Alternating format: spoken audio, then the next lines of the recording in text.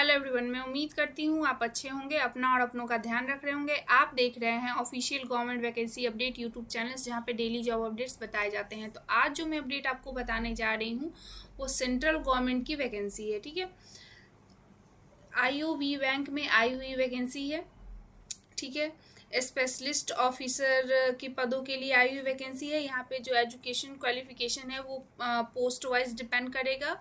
IOB bank specialist officer recruitment, ठीक है, 2025। यहाँ पे ऑनलाइन रजिस्ट्रेशन का जो डेट है 12/9/2025 से लेके 3/10/2025 तक है। वेबसाइट का जो नाम है www.iob.in।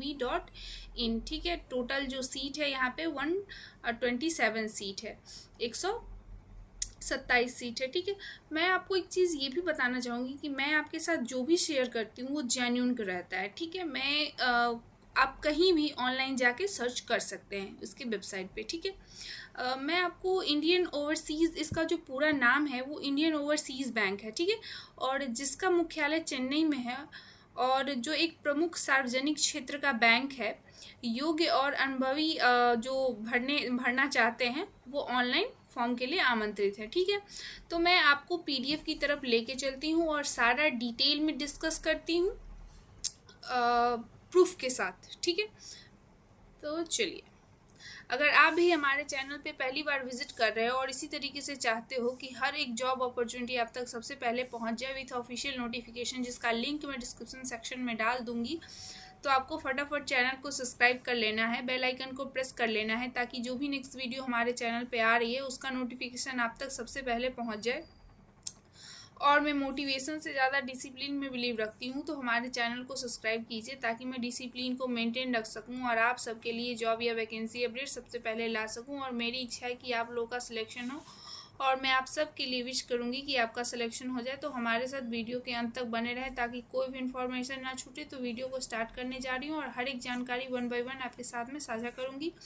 बाकी कोई भी अगर आपको डाउट्स रह रहे तो आप मुझसे कमेंट सेक्शन में पूछ सकते हैं, मैं आपके डाउट को ज़रूर दूर करने की कोशिश करूँगी। तो चलिए, मैं आपको ब्रीफ में बता देती हूँ कि इस वीडियो में मैं आपके साथ क्या क्या डिस्कस करूँगी। डिपार्टमेंट का नाम, total seat, gender, examination pattern, qualification percentage, age limit, salary, documents और बहुत कुछ।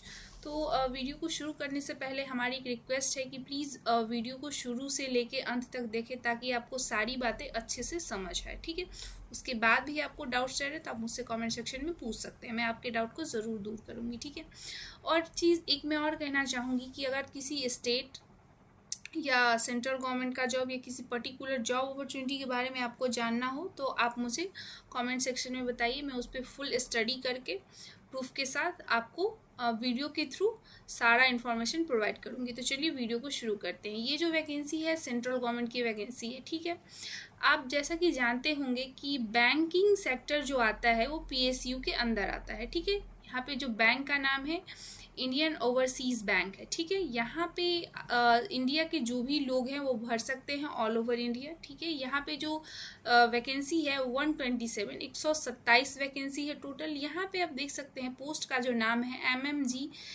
स्केल 2nd और 3rd। ठीक है, यहाँ पे जो आपका ऑनलाइन अप्लाई का जो डेट है 12/9/2025 से लेके 3/10/2025 तक है। ठीक है, वेबसाइट का नाम है www.iob.in।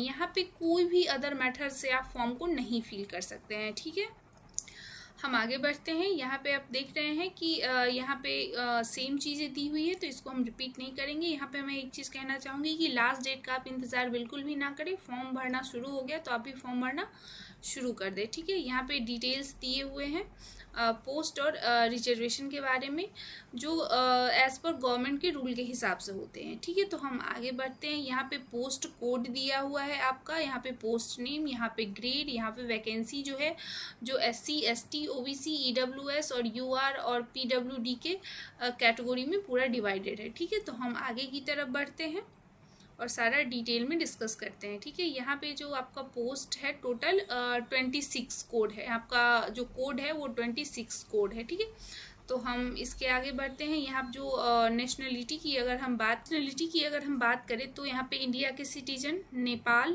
भूटान और जो भी तिब्बतीय हैं, ठीक है, 1962 से पहले जो भारत में आए थे वो फॉर्म को फिल कर सकते हैं। ठीक है, हम आगे की तरफ बढ़ते हैं। यहाँ पे आपको एजुकेशन क्वालिफिकेशन और पोस्ट क्वालिफिकेशन और वर्क एक्सपीरियंस के बारे में बात किया गया। तो चलिए हम वन बाय वन सारे पोस्ट और post code, age limit, education और एक्सपीरियंस के बारे में बात करते हैं। आपका जो पहला कोड है वो मैनेजर के लिए, ठीक है। यहाँ पे मिनिमम जो एज है 25, मैक्सिमम 35, ठीक है। यहाँ पे आपका जो एजुकेशन क्वालिफिकेशन होना चाहिए वो बीई और बीटेक होना चाहिए। IT, computer, electronics and am CA और एएमएससी अनिवार्य है, ठीक है। यहाँ पे वर्क का आपके पास जो एक्सपीरियंस होना चाहिए वो 2 से 3 साल का आपके पास मिनिमम एक्सपीरियंस होना चाहिए, ठीक है। हम आगे की तरफ बढ़ते हैं। ये वीडियो थोड़ा लंबा होगा तो आप लोग धैर्य रखिए, सारी चीज़ें मैं आपको अच्छे से बताती हूँ। यहाँ पे दूसरा जो कोड है उसमें है सीनियर मैनेजर के लिए, जिनका मिनिमम 30 एज होगा और मैक्सिमम 40, ठीक है। और इनका जो एजुकेशन क्वालिफिकेशन की बात करें तो जैसा हमने ऊपर बताया था यहाँ पे मैनेजर के बारे में सेम इनके बारे में भी वैसे ही दिया, सिर्फ एक्सपीरियंस चेंज है। इनका जो एक्सपीरियंस पीरियड है वो 4 साल से 6 साल के अंदर का एक्सपीरियंस होना चाहिए, ठीक है। तो हम आगे की तरफ बढ़ते हैं। यहाँ तीसरा आप मैनेजर के बारे में देख सकते हैं जो सिविल है। यहाँ पे मिनिमम 25 और मैक्सिमम 35। यहाँ पे फुल टाइम बीटेक होना चाहिए सिविल डिग्री में और 3 ईयर का एक्सपीरियंस होना चाहिए, ठीक है। तो हम आगे बढ़ते हैं यहाँ पे, और फुल टाइम आपका बैचलर डिग्री होनी चाहिए। यहाँ पे मैनेजर की देखें तो यहाँ पे मिनिमम 25 और मैक्सिमम 35 एज होना चाहिए। आर्किटेक्ट, मैनेजर आर्किटेक्ट, यहाँ पे आपका बैचलर डिग्री होना चाहिए, ठीक है। और आपके पास 3 ईयर का एक्सपीरियंस होना चाहिए, ठीक है। यहाँ पे आप देख सकते हैं बैचलर डिग्री इन आर्किटेक्चर में आपका होना चाहिए, ठीक है। और 3 ईयर का एक्सपीरियंस होना चाहिए। हम चौथे पे चलते हैं, मैनेजर इलेक्ट्रिकल। इनके पास 25 साल minimum, maximum 35, full time BTech होना चाहिए इलेक्ट्रिकल में, ठीक है।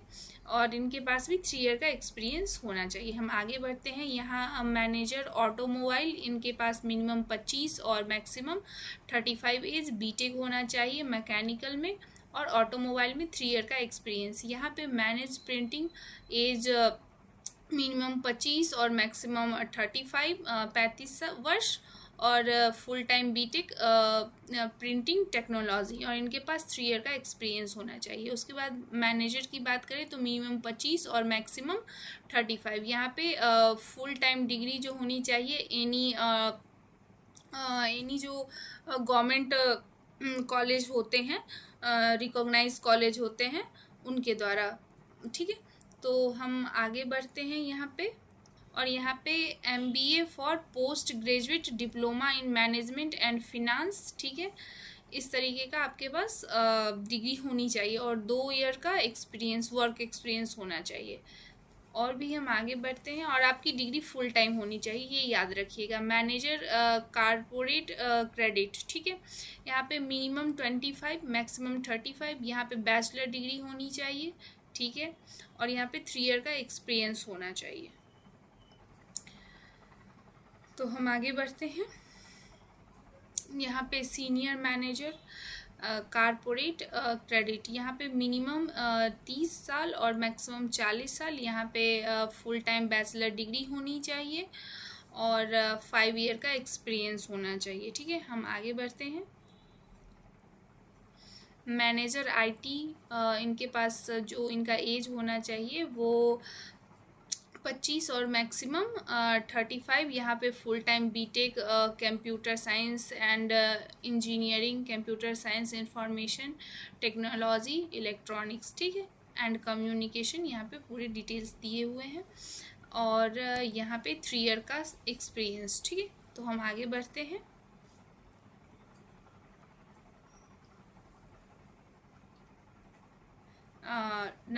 12 नंबर में आप देख सकते हैं, 12 कोड में सीनियर मैनेजर आईटी, यहाँ पे मिनिमम 30 वर्ष और मैक्सिमम 40, फुल टाइम बीटेक और METech होना चाहिए, ठीक है। और computer science and engineering 5 years का एक्सपीरियंस होना चाहिए। हाँ, तो हम आगे बढ़ते हैं।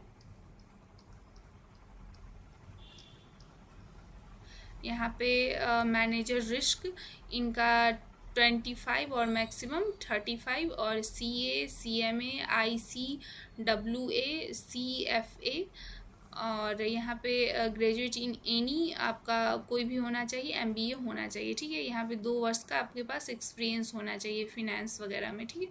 तो हम आगे बढ़ते हैं।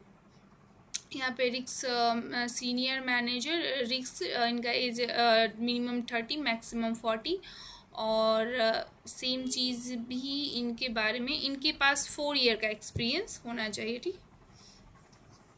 और इनके पास भी MBA की डिग्री होनी चाहिए, ठीक है। तो हम आगे बढ़ते हैं।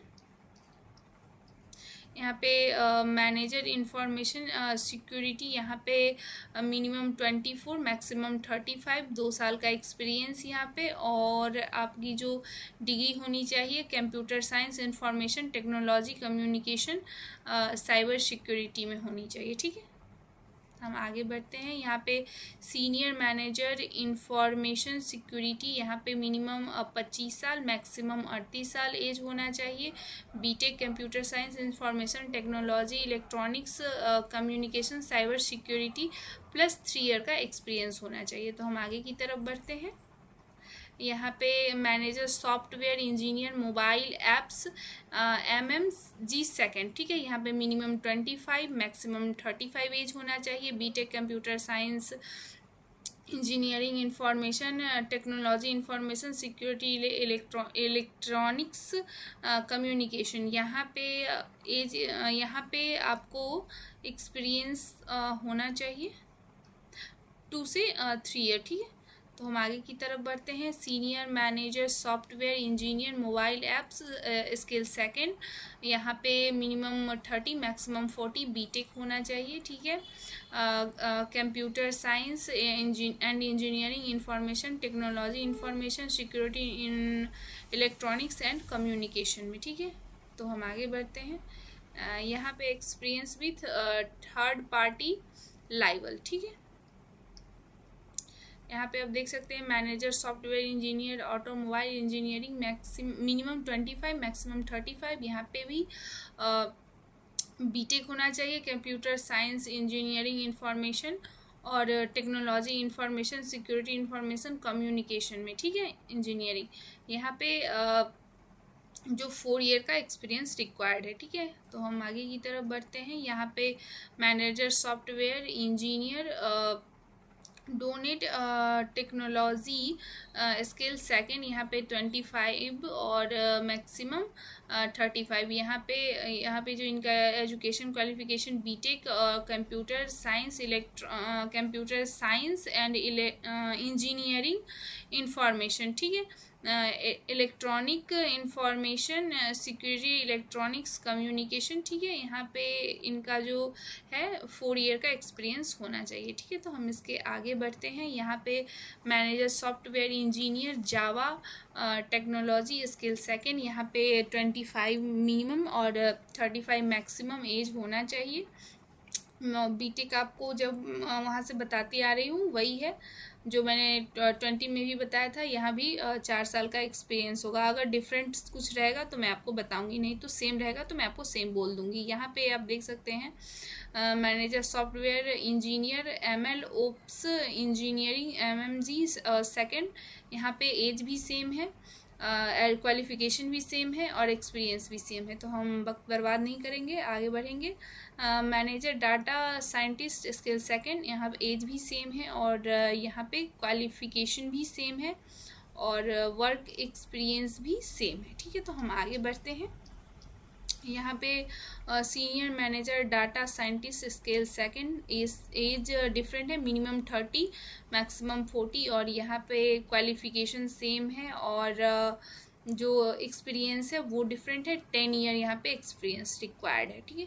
तो हम आगे बढ़ते हैं। यहाँ पे manager data engineering skill second, minimum 25, maximum 35 age, और क्वालिफिकेशन सेम है, और हम यहाँ पे 4 ईयर का एक्सपीरियंस आपके पास होना चाहिए। तो हम लास्ट की तरफ चलते हैं।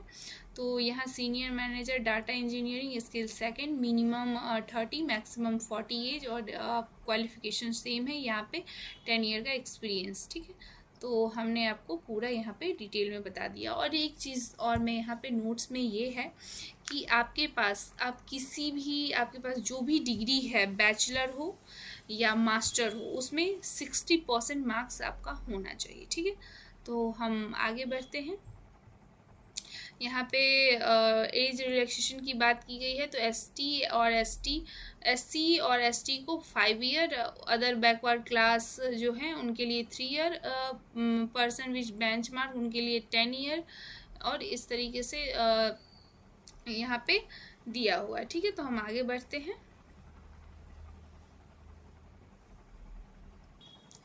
तो हम आगे की तरफ बढ़ते हैं। ये जो डिसेबल कैटेगरी के लोग हैं उनके लिए दिया हुआ है, वो चाहे तो रीड कर सकते हैं। हम आगे की तरफ बढ़ते हैं। यहाँ पर आपका पेमेंट क्या होगा?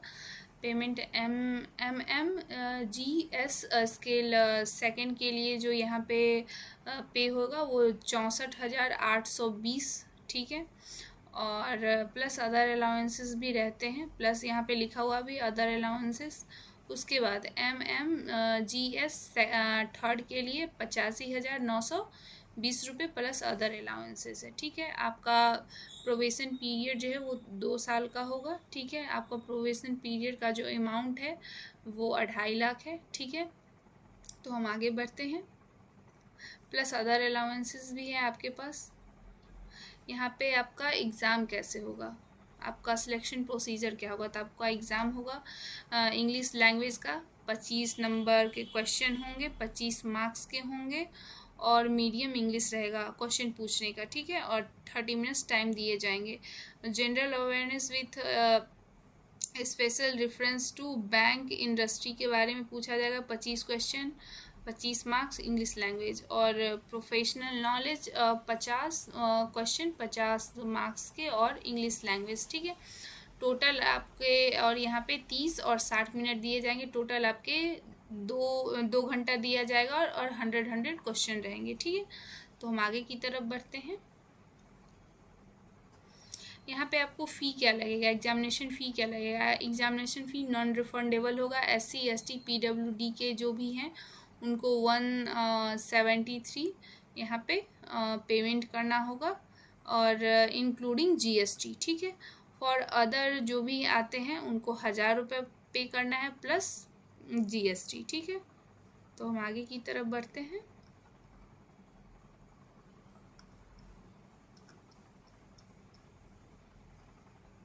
यहाँ आपका इंटरव्यू होगा, शॉर्टलिस्ट करके आपका इंटरव्यू लिया जाएगा रिटन टेस्ट के बाद। यहाँ पे डिस्क्लेमर है, और अलाउंस आपका जो सिलेक्शन है अनाउंसमेंट वेबसाइट पे किया जाएगा, डिस्क्लेमर है, आप यहाँ पे देख सकते हैं। तो आई थिंक लगता है कि मैंने आपको सारी चीज़ें सारे डिटेल्स में बताया हैं। उसके बाद ये वीडियो थोड़ा लंबा था, तो कुछ गलती हो गया हो हमसे प्रोनाउंसिएशन या किसी चीज़ में, तो सॉरी, क्योंकि आज थोड़ी तबीयत भी मेरी ठीक नहीं है, तो उसके लिए सॉरी। तो इस वीडियो में इतना ही, मिलते हैं नेक्स्ट वीडियो में एक अलग जॉब अपॉर्चुनिटी के साथ। तब तक के लिए अपना और अपनों का ध्यान रखिए, और जिन्होंने हमारे चैनल को सब्सक्राइब किया है वो अपने दोस्तों को शेयर करें, कमेंट्स करें, लाइक करें, और जिन्होंने सब्सक्राइब नहीं किया है वो सब्सक्राइब करें, ताकि मुझे हेल्प मिल सके मोटिवेट रहने में और डिसिप्लिन को मेंटेन रखने में। तो तब तक के लिए इस वीडियो में इतना ही। आप अपना और अपनों का ध्यान रखें। मिलते हैं नेक्स्ट वीडियो में। Thank you.